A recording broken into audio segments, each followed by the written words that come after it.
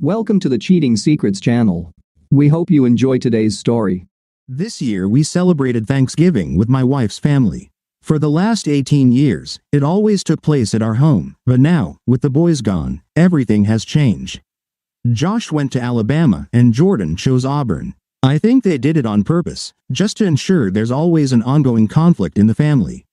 It was kind of a tradition and always fun. For the last 15 years, I've worked as an insurance claim regulator and I absolutely hated it.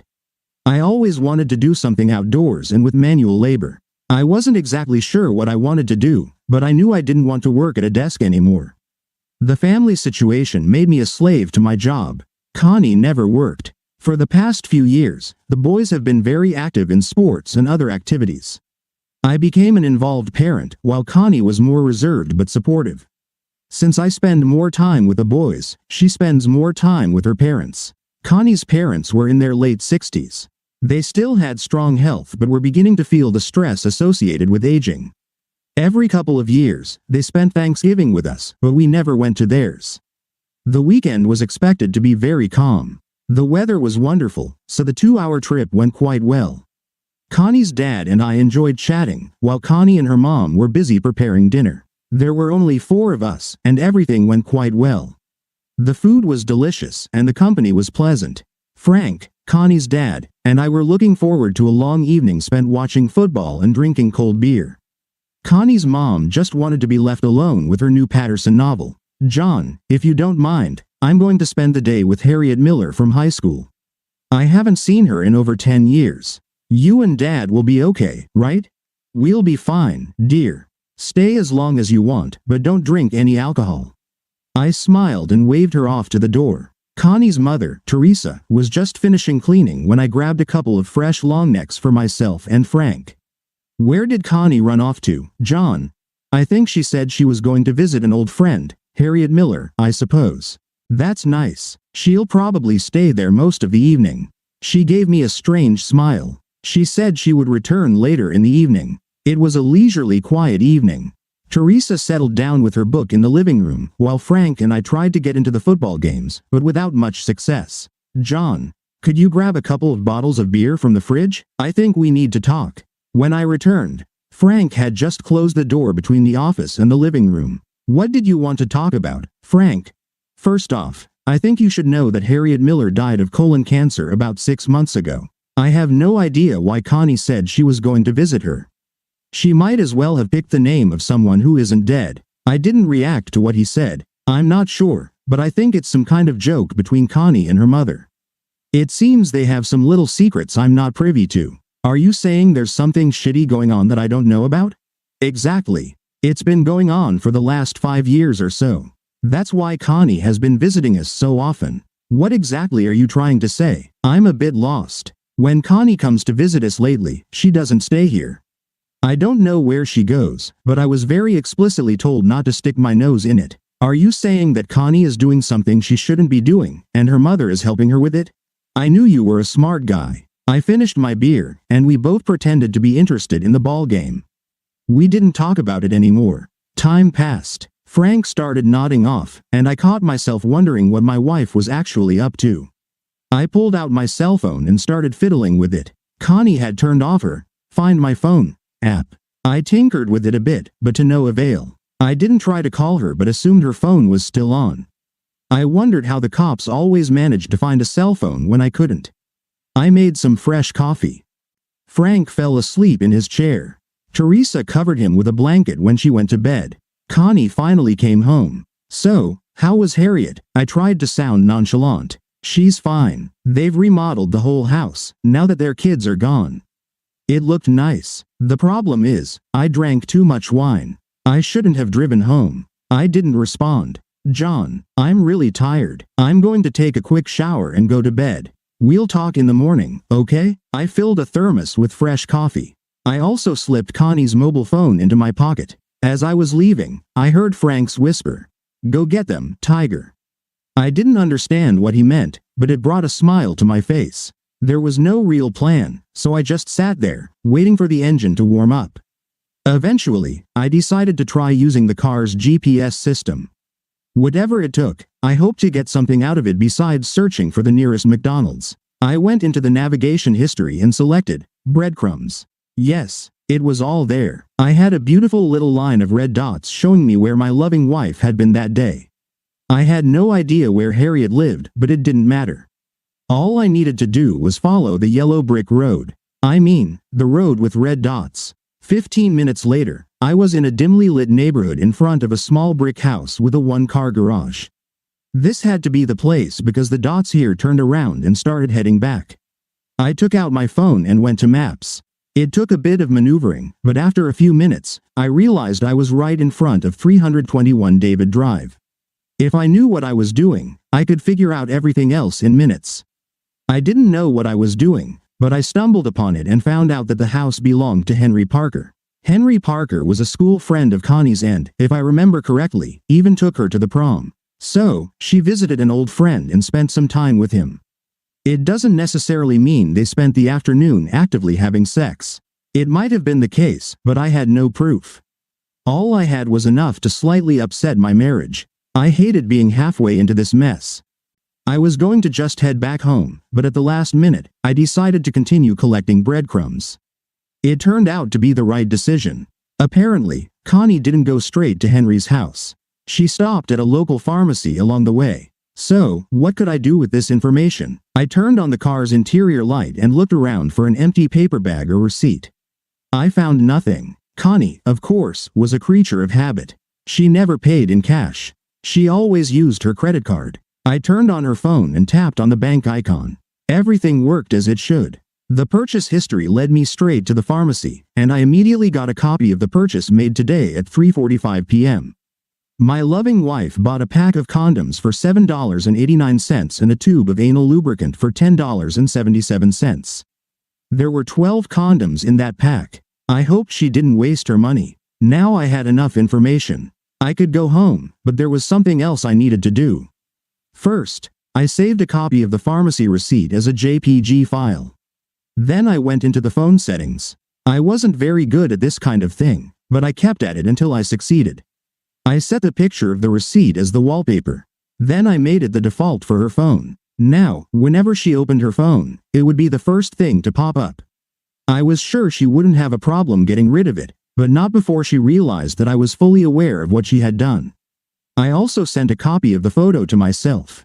20 minutes later, I was back home. Frank was still sleeping in his chair. I assumed Teresa was upstairs in bed, and my loving wife was soundly asleep in the guest room.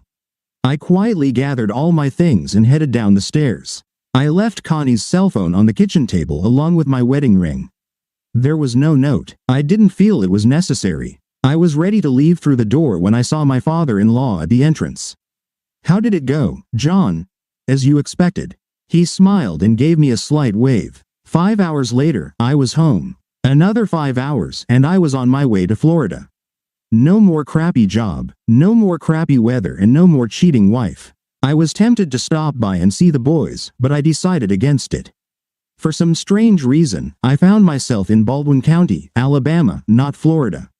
It seems like there are hundreds of abandoned trailers around here. Retirees buy trailers, then pass away. Then their heirs have to keep paying for the lot and utilities until they're sold. Sometimes it takes years, so there were plenty of rental options available. Within a week, I had a new address, new driver's license, and new bank account. All my accounts in Pennsylvania were closed. After filing a declaration of domicile, I contacted Alabama and Auburn to change the boys' residency status. I transferred all the money from all accounts and even from the boys' college funds. Since I'm a nice guy, I paid off all credit cards before closing them.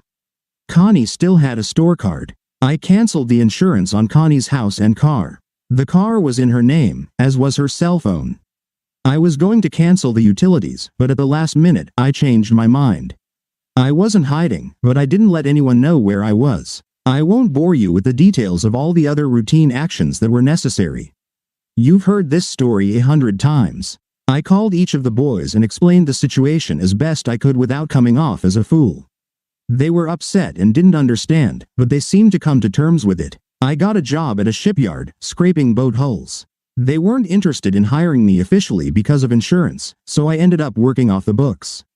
It didn't matter since I didn't care if anyone found me. I wasn't breaking any laws. I got a $10 a month gym membership at the nearest fitness center. I had no desire to sign up for a gym, but I needed a decent place to shower after work. The bathroom facilities in the rented trailer were barely adequate. After showering, I usually ate out or took something to go.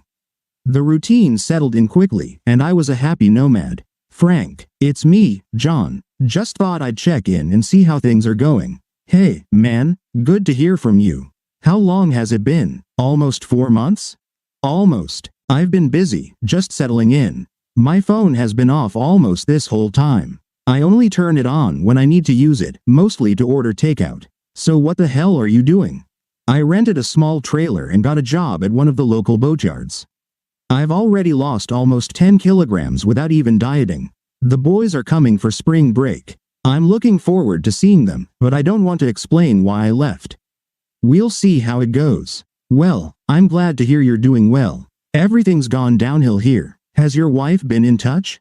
"Frank, I haven't heard a word from her. Not a single message has popped up on my phone. Honestly, I expected to be bombarded with angry calls, but I didn't get a single one. The only messages I got were spam calls. What the hell is going on?" I heard Frank's laughter on the other end of the line. "John, you won't believe this. Connie and her mother actually celebrated for a whole week after you left. The first thing Teresa did was take down your wedding photo from the mantelpiece and hang up an old photo of Connie and Henry going to prom. I didn't even know she kept that picture. Well, I expected some backlash, but not this. I guess everyone's happy now?" "Well, not exactly. The chickens came home to roost when Connie got back home. She couldn't even pay the utility bills, let alone the mortgage. Everything went to hell pretty quickly. The house is going back to the bank next month. She still owes for the utilities. Hell, she can't even pay her store account. How is she living? She was going to move in with us, but at the last minute decided to move in with Henry. I felt relieved by that. She was mad you closed all the bank accounts, but not mad enough to contact you about it. Henry seems more than willing to support her. Frank and I chatted for a few more minutes. I promised to call again when the boys went back to school. I had mixed feelings about all of this. On one hand, I was happy to come out unscathed, but on the other, I was a bit upset that she felt absolutely no remorse. Perhaps I was wrong. The boys stayed for a week, but honestly, they spent most of their time at Gulf Shores or Panama City Beach. They refused to enter into any discussions about the marriage. They said Connie had called each of them once, told them I had left, and didn't provide any further explanations. They hadn't heard anything else about her. They were glad to hear that I could still afford their education. I told them to get Alabama driver's licenses and use my address. I had no personal life. I didn't go to bars. All the waitresses at the restaurants I frequented were either too young, too old, or too desperate. I started working out at the gym just because I was bored and looking for something to do. But it was nothing like what you read in erotic stories. Certainly, not much was happening where I lived either. I think 90% of my neighbors were on Social Security. I got hooked on YouTube videos. 2 years passed. No one ever knocks on my door, especially on a Sunday morning. Eventually, I decided I had to find out who it was, just to shut them up. It was Frank. Damn, Frank, how the hell did you find me? I stopped by Jordan on my way here. He showed me the way. Couldn't find Josh. Got any cold beer for a weary traveler? It's 6 in the morning. Wouldn't coffee be better? Got any? I had enough supplies on hand to make a decent breakfast. One of my many shortcomings. We chatted and ate until I asked the main question. What the hell are you doing here? I ran into a bit of trouble and felt it was time to leave Keystone State. I didn't respond. Frank leaned back in his chair a bit and tried to get comfortable. Connie and Henry got married on Saturday morning. I didn't even know I was divorced. That's interesting, but it doesn't sound like a reason to leave. While everyone was at the church, I went and burned down Henry's house. Now that sounds very interesting. How did it all go? I don't know. I haven't seen them since. Well, since you're here, I suppose they'll just have to move in with Teresa right now? Hardly. I gave him a quizzical look. I burned down my own house just before leaving. And then another surprise. Josh and Jordan showed up. What did I do to deserve this visit? Frank and I helped them bring in their bags. We were actually trying to figure out where Grandpa disappeared to. This was my best guess. Josh decided he was going to Mexico. I take it you both were at the wedding? Yes. It was crazy. Not what we expected at all. Jordan looked like he was trying to hold back laughter. Frank nudged me with his elbow.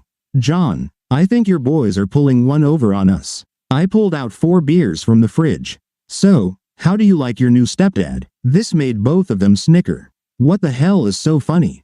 They never got married, Dad. In the middle of the ceremony, someone called to say Henry's house was on fire. Everything stopped when he ran out to see what was happening. By the time it all settled down, we found out that Grandma and Grandpa's house was on fire too. Mom kept trying to get Henry to finish the ceremony, but eventually, he got mad, yelled that the wedding was off, and stormed out. We had nowhere to stay, so we came straight here. So, they never got married? No. Josh and Jordan stayed with us for a few days, then returned to school. A few people came looking for Frank, but I managed to redirect them to Ocala. After a few weeks, they stopped coming. Frank got a job at a building materials store, and life got a lot more interesting. He was a bit more sociable than I, so in a short span of time, I actually started to have a personal life. Out of the blue, we started going to cooking classes, bar parties, and birthdays. We were even invited to funerals and a couple of weddings. That's where I met RG Sue Baker. RG was a divorced woman who worked in the gardening department of the building materials store with Frank. After running into her at various events several times, we sort of became a couple. One thing led to another, and 6 months later, she moved into the trailer with me after Frank moved out. He found a wealthy widow who had a condo in Orange Beach. RG and I didn't get married, but we bought the trailer together. She convinced me to quit my job at the shipyard, and now we both work at the building materials store. Isn't love grand? Thank you for being with us and listening until the end. If you found it interesting, please subscribe, give us a like, and leave your comments. And we'll see you on the Cheating Secrets channel.